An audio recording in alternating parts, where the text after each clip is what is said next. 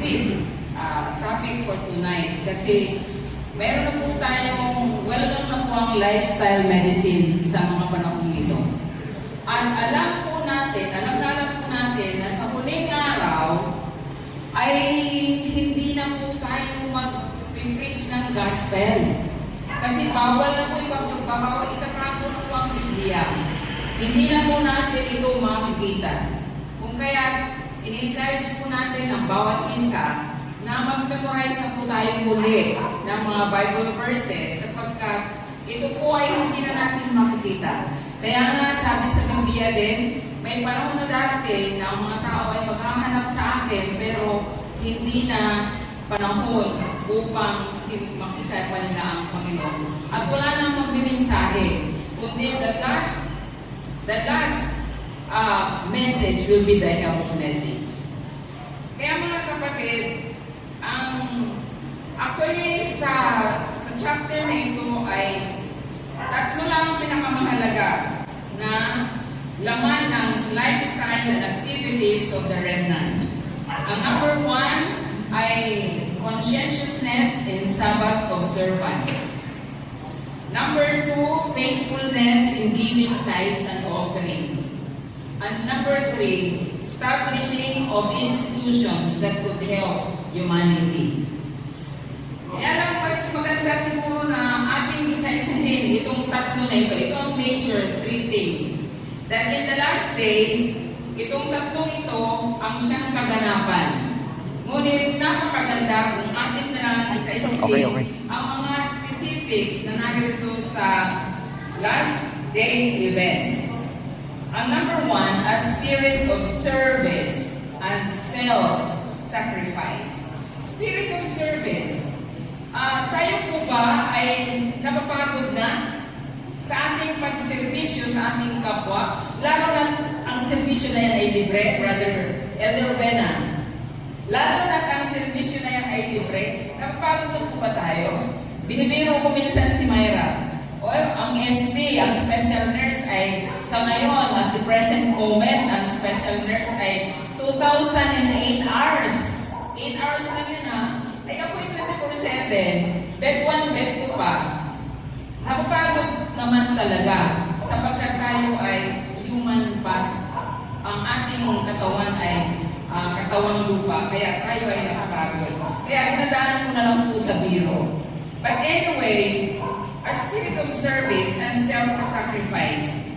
Long has God waited for the spirit of service to take possession of the whole church so that everyone shall be working for Him according to His ability. Lahat ay gagawa according to His ability.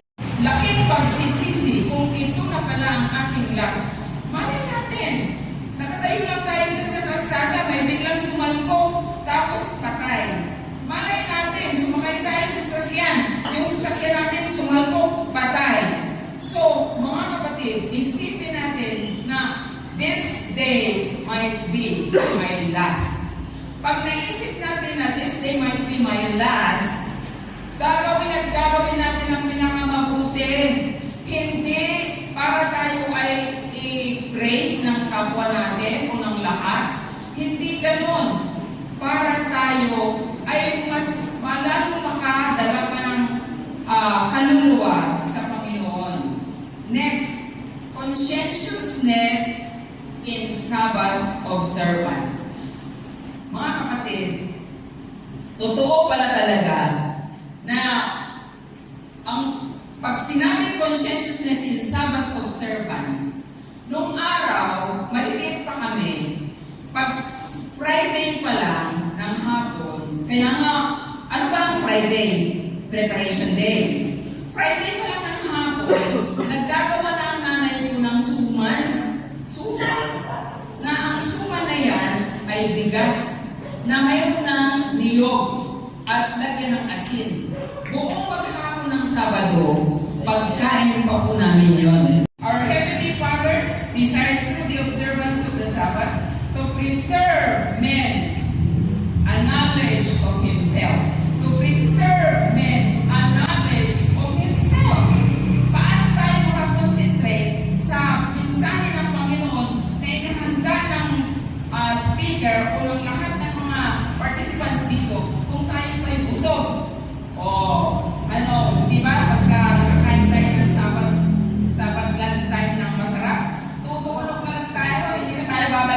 naliway. Kasi talagang ang ating tiyan po pag busog ay kailangan magpahinga. Pahinga tayo. So, aminable po tayong lahat na simple food na lang pagsabat. Okay? Yeah. Next. Faithful in tithes and offerings. Lahat po tayo ay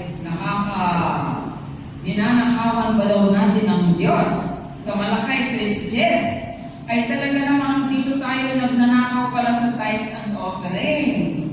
At ang promise ng Panginoon, pag tayo naging faithful sa pagbigay ng tithes and offerings, anong sabi? Lig-lig, siksik, overflowing ang blessings. Kaya, totoo po talaga ito. Kasi, ranas na ranas natin lahat kung paano magliglig, magsiksik ng pagpapala ng Panginoon kung atin itong ibibigay. And one thing more, hindi lang pala doon sa tithes and offerings. The more we give, the more we receive. Kaya mga kapatid, kung meron lang din naman kayong may tulong sa mga needy, ay tulong lang tayo.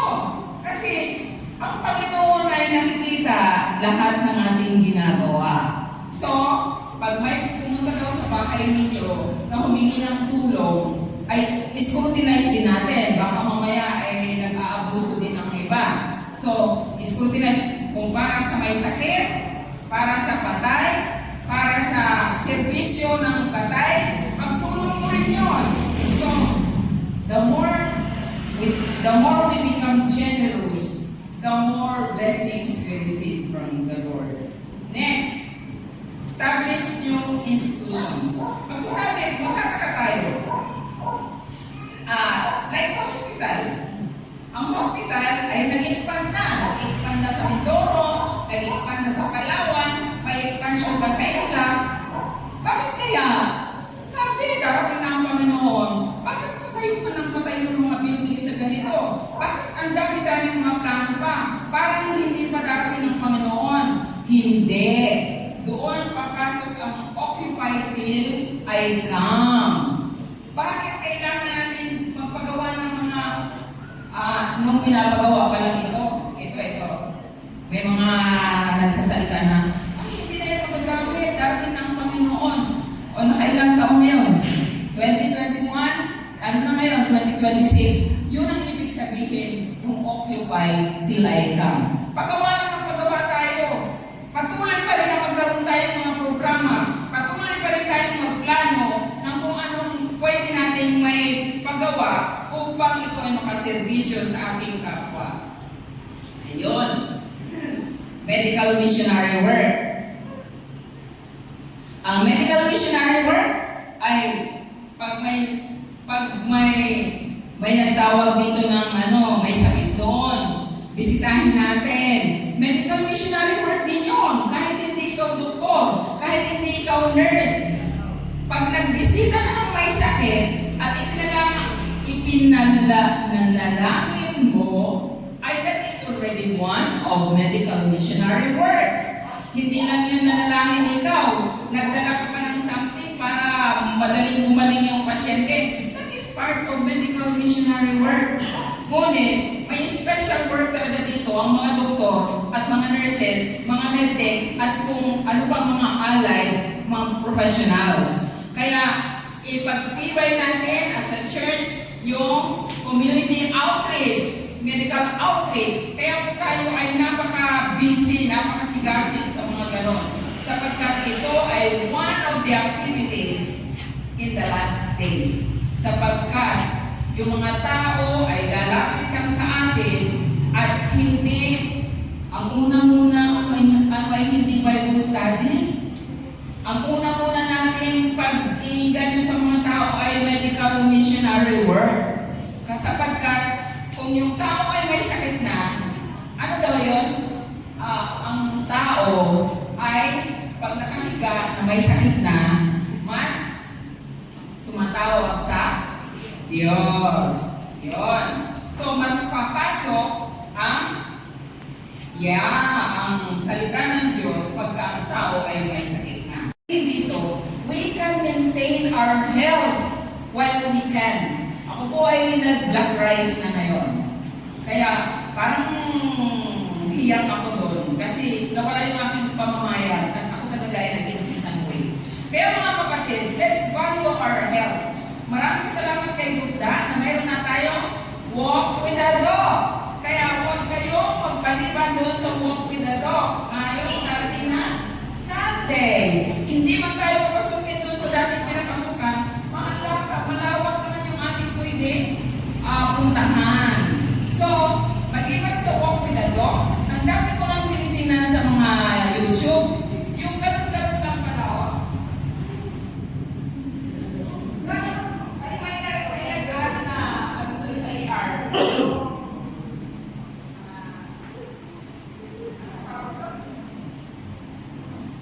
Tulog ng mga selula, pag tayo ay laging naka-static.